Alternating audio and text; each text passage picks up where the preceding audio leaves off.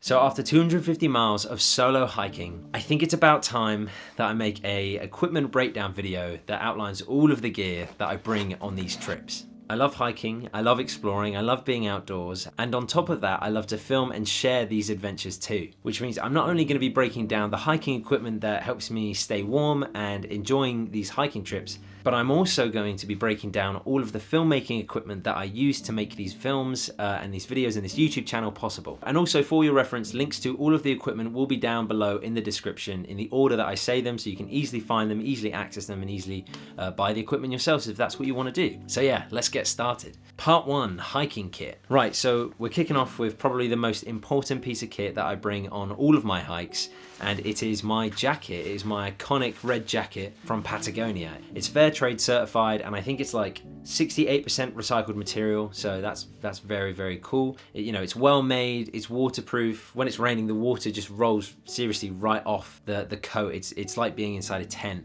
And in warm weather, it keeps the sun off and has plenty of ventilation. I've brought this thing on every single hike that I've been on, and I won't be stopping anytime soon. This is definitely one of the best purchases that I have made to date. Again, so sustainable, ethical, awesome hat from Patagonia.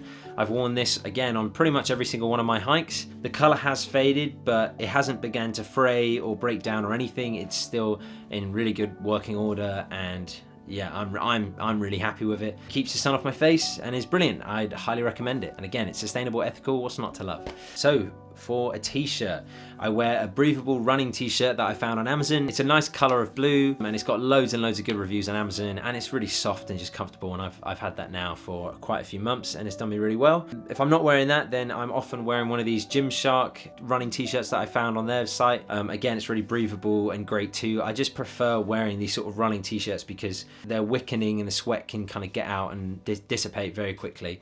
And you don't, get horrible pits or patches or, whatever. So yeah, I would recommend going for like a running t-shirt or just something that is breathable. To be honest, my boots are pretty boring. They're some standard Gore-Tex ones that I got myself from Clark's. What you might have noticed in my recent videos is that I've stopped wearing boots, and I'm wearing trail running shoes. And these specific trail running shoes are honestly so amazing. They're breathable, comfortable, they look cool, and yeah, they're just brilliant. So I bought these waterproof trousers after I had that unfortunate experience in the rain. So they have zip-off legs and they serve a great purpose. They can be shorts or they can be trousers, whatever I need them to be. They have 4 pockets and a mesh inside, which means they're very breathable. And yeah, they're just an extremely functional piece of kit, and they're an easy thing to stuff in the bottom of a bag in case I need them. So a jumper. So I recently picked this up as a mid-layer. This is just a pullover jumper from Mountain Warehouse. Yeah, it's cheap and cheerful, but it keeps me warm and it matches the red and blue color theme that I've got going on. So yeah, I really like it, and I wear it casually as well. I think it's a nice jumper, and it only cost me like £10, so winning. I've got some standard running shorts that you can find in pretty much any sports shop. They're breathable, they give me a lot of space to move, and yeah, they're great. Let's look at what I actually have in my backpack. So the first thing, and probably a very important thing, is a first aid kit. When you're heading somewhere where there's not a lot of people, it's good to be able to have a first aid kit, which means that you can treat yourself if anything were to go wrong. If you have a bad fall on a hike, which I have actually done while making these videos, you don't want to be left high and dry with muddy blood running down your leg for the rest of the trip. It's actually really easy for things to get infected, so just be sensible, bring a first aid kit, and you can clean it in 2 minutes, put a plaster on it, and just move forward with your day. You want to be able to treat yourself, and you also want to be able to assist anyone that needs help while you're out on the trail. So the next thing that I have in my bag is a power bank and an iPhone lead.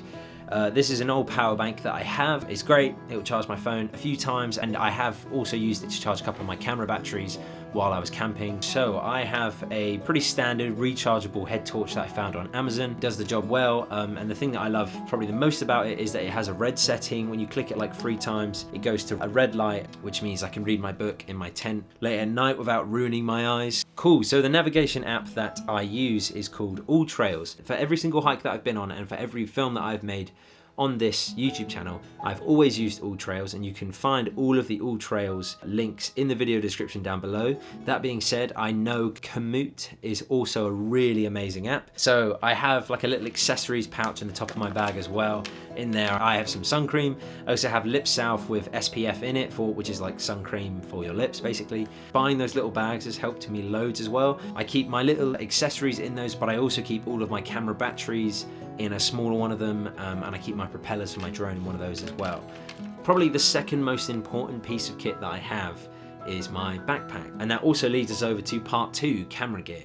Here is the backpack that I bring on every single hike. It's the Burton 28 litre snowboarding camera bag. I bought this last year primarily for my videography work, but it's done really well as a hiking bag as well.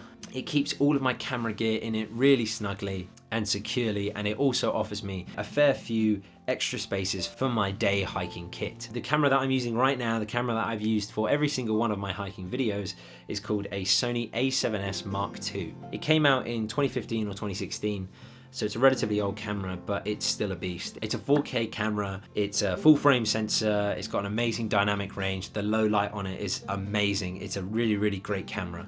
So in terms of lenses, I have 2 lenses with me on pretty much every hike.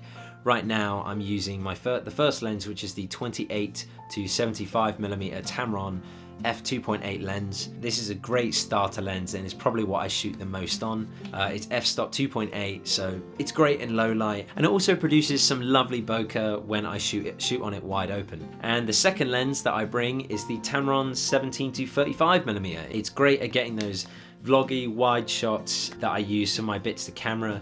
It's also great at getting up close and personal and shooting those wide shots while having some pieces of grass or stone in the foreground that I really love and that you saw a lot in my Shropshire hiking video. So this is my drone, the Mavic Pro 2. It's a beast. It is an absolute beast. It's got great form factor, it's got 10-bit color, and it's got a really nice sensor, and it can just produce some stunning images. For the drone, I have 3 spare batteries, a bunch of propellers, and some ND filters for it as well. So let's talk about the sound department. This is the Deity V3 Pro. It's a £200 microphone, but in my opinion, it is 100% worth it. It has elevated my production value so much since I started using it. Yeah, it's a great microphone and it produces some really great audio quality. If you have the money for it, invest in audio. It's not going out of style. It's not going to go out of date like cameras do. You can buy one good microphone and it can last you for many, many years. And the Deity 3 Pro is just sick. So yeah, if you want to get a good microphone, you know where to go. Amazon links down below. The tripod section, here we go. I've been dreading this a little bit. So for the last 11 months, I've been using a Manfrotto B3 tripod, but after 11 months of use, it has failed me. It broke on me. So I'm honestly not sure I can recommend that to you right now. But having spoke to Manfrotto on the phone, we think it's just a manufacturing dud, and they're gonna be sending me out a new one soon. Other than that one experience where it has broken, I've not had any other negative experiences with that tripod and with Manfrotto. So I'd say go and do your own research and make your own decision off the back of that.